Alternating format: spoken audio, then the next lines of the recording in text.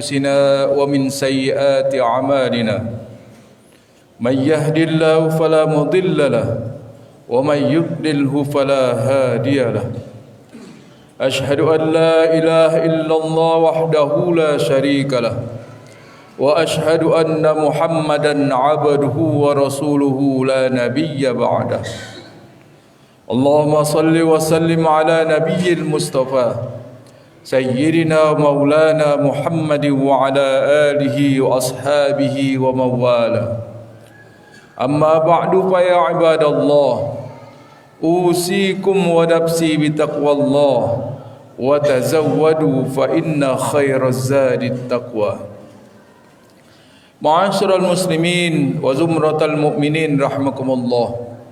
Pada kesempatan yang baik ini mari terus kita ingatkan diri kita masing-masing untuk selalu menjaga kemantapan iman dan takwa kita kepada Allah Subhanahu wa taala dengan cara meningkatkan kualitas ibadah kita masing-masing. Lalu cara meningkatkan kualitas ibadah ini dapat ditempuh dengan banyak cara. Di antaranya banyak kembali belajar, membaca, mentadabbur hal-hal yang dapat menambah khazanah pengetahuan keislaman kita masing-masing. Hadir dan memperhatikan tausiah dan fatwa dari para ulama dan asatid di majlis-majlis ta'lim, majlis-majlis ilmu, baik secara langsung maupun melalui media-media yang telah tersedia. Mudah-mudahan dengan beberapa usaha ini untuk meningkatkan kualitas ibadah dan pengetahuan keislaman kita masing-masing, iman dan takwa kita kepada Allah SWT akan selalu terjaga, pun juga membawa keberkahan, bahagia dunia dan akhirat. Amin ya rabbal alamin. Saudara-saudaraku kaum muslimin sidang Jumat yang berbahagia, kita sudah bertemu kembali dengan tahun baru Islam, yakni tahun 1445 Hijriah. Sebagai seorang muslim, kita berkepentingan untuk ingat akan penanggalan kalender Hijriah ini, atau juga disebut kalender Qamariyah. Karena banyak sekali pelaksanaan ibadah-ibadah kita ini diatur berdasarkan penanggalan kalender Hijriah ini. Jadi kita tidak mungkin melupakan penanggalan Hijriah ini kalau kita masih melaksanakan ibadah demi ibadah. Ibadah saum misalnya, kita wajib saum pada bulan Ramadan. Kemudian sunnah saum yakni 6 hari di bulan Syawal. Kemudian tanggal 13, 14, 15 setiap bulan Hijriah. Tanggal 9 Zulhijjah, 27 Rajab, 10 Muharram, semuanya berdasarkan penanggalan kalender Hijriah. Bahkan sampai saum yang diharamkan pun ditetapkan berdasarkan penanggalan kalender Hijriah. Tanggal 1 Syawal haram kita berpuasa. Tanggal 10, 11, 12 dan 13 Zulhijjah begitu juga kita diharamkan untuk berpuasa. Kemudian ibadah zakat, kita wajib membayar zakat mulai awal Ramadan, khususnya zakat fitrah, hingga akhir Ramadan sebelum khatib naik mimbar. Kemudian kita menanamkan modal atau menyimpan investasi di bank mudharabah, kemudian berbisnis, kemudian ada profesi-profesi yang menghasilkan penghasilan yang luar biasa, dokter umpamanya dan sejenisnya. Maka ini ketika sudah cukup nisab dan haulnya, haruslah dibayarkan zakatnya. Dan haul itu adalah hitungan 1 tahun dihitung dari kalender Hijriyah. Jadi misalkan kita mulai investasi, menyimpan emas atau uang di bank mudharabah, atau menyimpan investasi yang lain, pada tanggal 1 Muharram ini kita lakukan, maka otomatis tanggal 1 Muharram tahun depan wajib kita untuk mengeluarkan zakatnya. Berbeda dengan penanggalan kalender Masehi, jika kita mulai menyimpan investasi tanggal 1 Januari tahun 2000, kemudian tahun 2001 berikutnya tidak otomatis pada tanggal 1 Januari, namun harus dimajukan 9 sampai 10 hari baru dikatakan satu haul. Jika lewat, maka ia sudah melewati haul dari yang ditentukan. Hal ini dikarenakan jumlah hari dalam kalender Hijriah lebih sedikit daripada jumlah hari pada kalender Masehi. Rata-rata setiap bulan kalender Hijriah berjumlah 29 hari dan ada beberapa bulan saja yang berjumlah 30 hari. Saudara-saudara kaum muslimin sidang Jumat yang berbahagia. Selanjutnya ibadah haji. Tanggal 8 hari Baru'iyah, mabit di Mina. Tanggal 9 wukuf di Arafah. Tanggal 10 Jumratul Aqabah. 11, 12 mabit di Mina. Semuanya berdasarkan tanggal Hijriyah atau kalender Qamariyah. Bahkan ada ibadah solat yang juga ditentukan berdasarkan kalender Hijriyah. Kita disunahkan solat Idul Fitri pada tanggal 1 Syawal dan disunahkan pula untuk solat Idul Adha pada tanggal 10 Zulhijjah. Saudara-saudaraku kaum muslimin sidang Jumat yang berbahagia. Penanggalan Hijrah ini seperti kita ketahui, penanggalan ini atau Qamariyah ini sudah biasa dipakai di zaman Nabi, bahkan di zaman jahiliyah. Orang-orang ketika dahulu sudah mengenal nama-nama bulan: Muharram, Safar, Rabiul Awal, Rabiul Akhir, Jumadil Ula, Jumadil Akhirah, Rajab, Sya'ban, Ramadan, Syawal, Zulqa'dah dan Zulhijjah.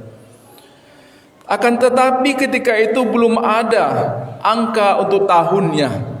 Ketika itu tahun masih memakai tahun atau kalender Masehi.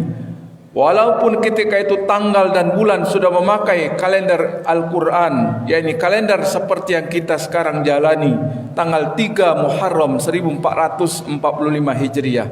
Namun untuk tahunnya ketika itu belum ada tahun khusus bagi umat Islam seluruh dunia. Maka atas inisiatif Umar bin Khattab, khalifah ketika itu, menyusun dan mengumpulkan para cendekiawan, para ulama, orang-orang yang mapan dalam ilmu keagamaan, perhitungan, hisab dan lain-lain disiplin ilmu yang lainnya, untuk merumuskan bagaimana umat Islam mempunyai tahun sendiri. Lalu diadakan rapat dengar pendapat ketika itu. Seseorang mengusulkan bagaimana kalau mulai tahun Hijriah ini dimulai dengan peristiwa lahirnya Rasulullah sallallahu alaihi wasallam.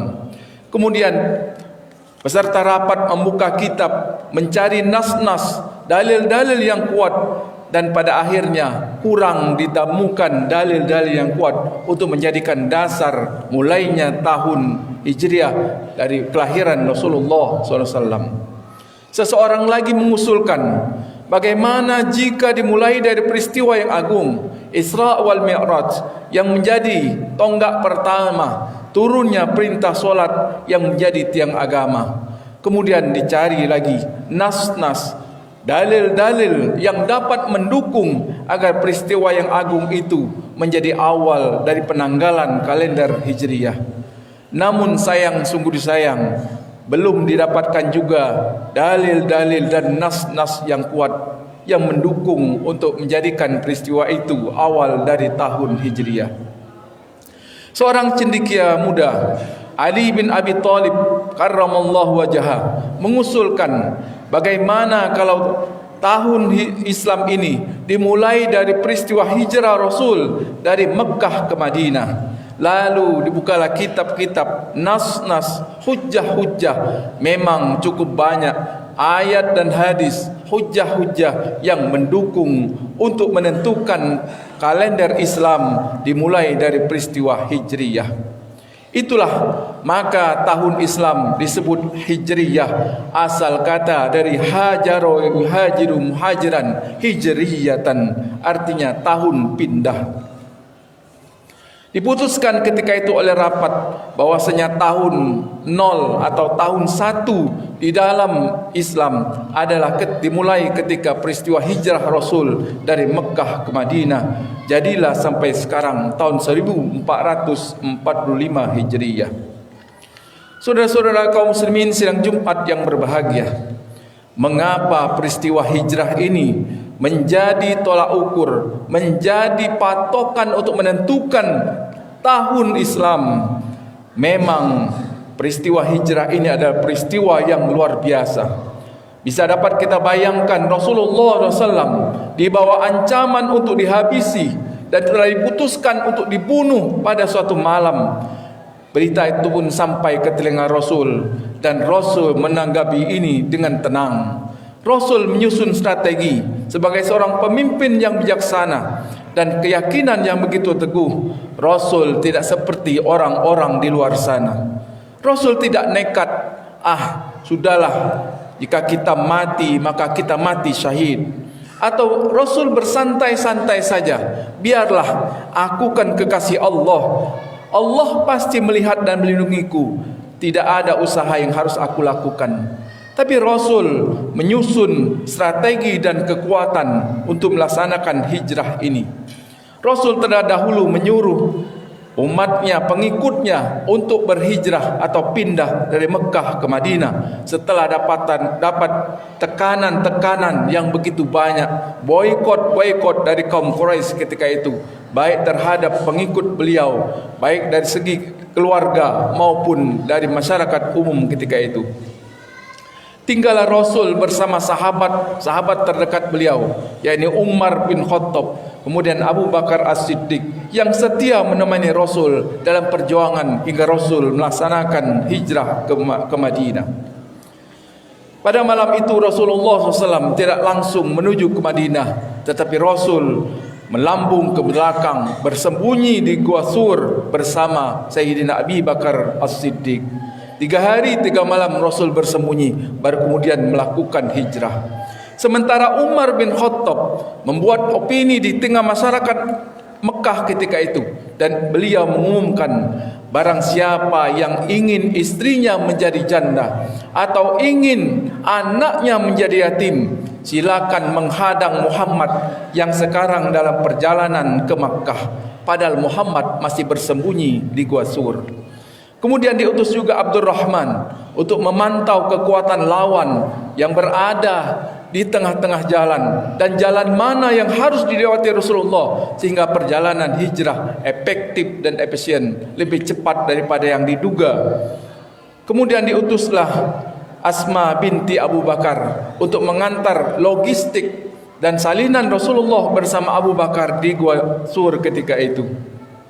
Setelah sampai saatnya Rasul pun melakukan hijrah ini. Namun perjuangan ini tidak berhenti sampai di situ. Di tengah perjalanan, Suraqah, seorang utusan jahiliyah, menghadang Rasul dengan pedang yang terhunus. Dan sebelum beliau melewati Rasul dan sahabat ketika itu, Allah SWT berkehendak untuk menjatuhkan kuda daripada Suraqah. Suraqah pun terjatuh dengan pedang yang terlepas dari tangan, dan pedang itu pun diambil oleh Rasulullah dengan senyum dan perasaan yang gembira. Wahai Suraqah, apa niatmu? Jika niatmu hendak mencelakaiku, sekarang apa yang dapat kau perbuat? Suraqah pun memohon ampun kepada Muhammad, dan Suraqah pun ingat akan kebesaran Allah SWT. Dan saat itu juga Suraqah mengucapkan, asyhadu an la ilaha illallah wa asyhadu annaka ya Muhammad Rasulullah. Suraqah masuk Islam dengan peristiwa yang sangat luar biasa tersebut. Saudara-saudaraku kaum muslimin sidang Jumat yang berbahagia, peristiwa hijrah ini juga menghantarkan terbentuknya peradaban dunia. Bayangkan kalau tidak terjadi kejayaan Madinatul Munawwarah yang dibangun Rasul bersama sahabat, maka tidak ada cerita tenarnya Baghdad dan Cordoba. Baghdad dan Cordoba berhasil menjadi peradaban dunia ketika itu. Kemudian pindah ke Eropa, Amerika Barat, dan negara-negara lainnya. Sebelum itu, peradaban dunia pernah dipegang oleh Tiongkok kuno, Yunani kuno, dan negara-negara Mesir kuno yang telah dahulu berdiri dan terbentuk ketika itu. Namun pada satu saat Allah SWT akan memberikan kekuasaan itu, memberikan kesejahteraan dan kejayaan itu kepada negara-negara dan bangsa-bangsa yang Ia kehendaki. Tilkal ayyam nudawiluha bainan nas. Hari-hari kemajuan pusat peradaban itu kami putar sedemikian rupa, kata Allah SWT. Tidak dimonopoli oleh suatu bangsa atau suatu negara saja. Saudara-saudara kaum muslimin sidang Jumat yang berbahagia, hijrah yang sesungguhnya ada hijrah qalbiyah. Hijrah atau kepindahan yang sesungguhnya, yang hakiki adalah kepindahan kita secara hati dari perbuatan yang munkar kepada perbuatan yang ma'ruf, dari perbuatan yang bodoh menuju kepada perbuatan yang cerdas, dari hal-hal yang kotor menuju kepada hal-hal yang bersih. Kalau kita sulit untuk melepaskan pengaruh dari lingkungan dan orang-orang sekitar kita, marilah kita menempatkan diri.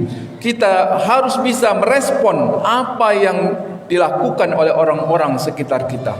Berdakwah memang berat, mengajak manusia untuk berbuat baik memang berat. Banyak sekali tantangan, cemoohan, bahkan ancaman.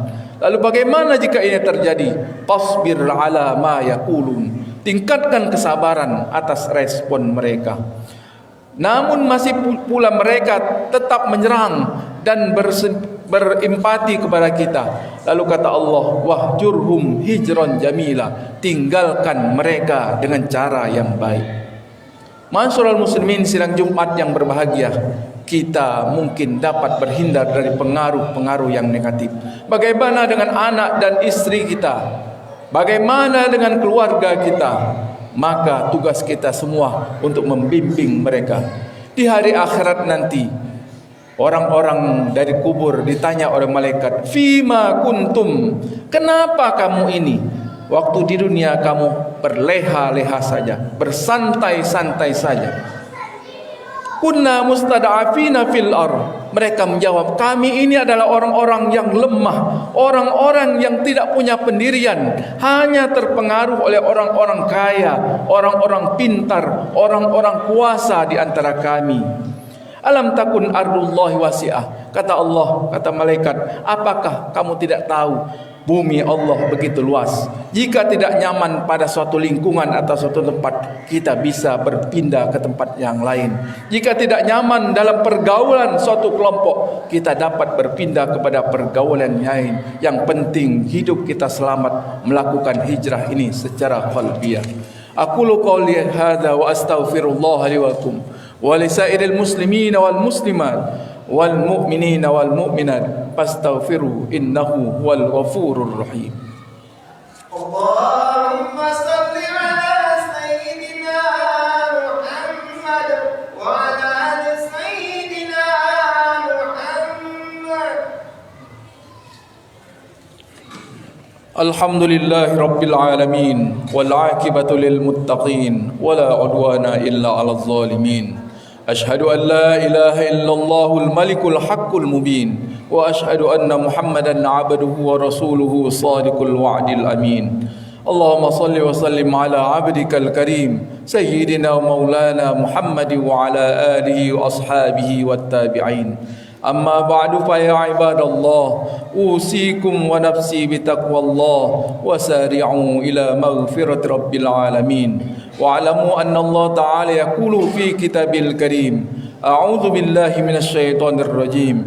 Inna Allaha wa malaikatahu yusalluna 'alan nabi ya ayyuhalladzina amanu sallu 'alaihi wa sallimu taslima. Allahumma salli ala sayyidina Muhammad wa ala ali sayyidina Muhammad kama sallaita ala sayyidina Ibrahim wa ala ali sayyidina Ibrahim wa barik ala sayyidina Muhammad wa ala ali sayyidina Muhammad kama barakta ala sayyidina Ibrahim wa ala ali sayyidina Ibrahim fil alamin innaka Hamidum Majid. Allahumma ighfir lil muslimina wal muslimat والمؤمنين والمؤمنات الأحياء منهم والأموات إنك سميع قريب مجيب الدعوات ويا قاضي الحاجات.